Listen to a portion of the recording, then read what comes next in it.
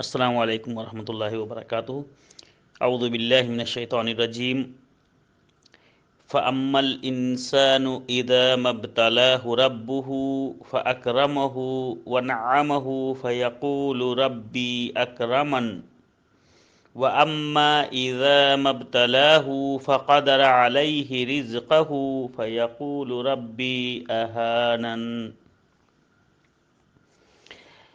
اللہ رب العالمین نے سورۃ الفجر کے اندر ارشاد فرمایا، انسانوں کی حالت کا بیان کیا کہ انسان کا یہ حال ہے کہ جب اسے اس کا رب آزماتا ہے اور عزت اور نعمت عطا کرتا ہے تو وہ کہنے لگتا ہے کہ میرے رب نے میری عزت کی اور مجھے عزت دار بنا دیا۔ لیکن جب اس کا رب اس کو آزماتا ہے،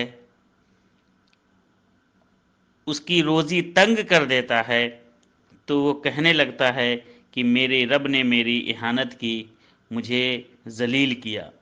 یہ انسان کے حالات ہیں جس کو اللہ رب العالمین نے سورہ فجر کے اندر بیان کیا کہ انسان کو جب اللہ رب العالمین عطا کرتا ہے تو وہ خوش ہوتا ہے اور کہتا ہے میرے رب نے مجھے عزت بخشی ہے۔ لیکن اللہ رب العالمین جب اس کو دوسری آزمائش میں ڈالتا ہے اور اس کی روزی کو تھوڑا کم کر دیتا ہے تو وہ فوراً ناشکرا ہو جاتا ہے اور کہنے لگتا ہے کہ میرے رب نے میری اہانت کی اور مجھے ذلیل کیا۔ ایسا انسان کو بالکل نہیں ہونا چاہیے۔ السلام علیکم ورحمۃ اللہ وبرکاتہ۔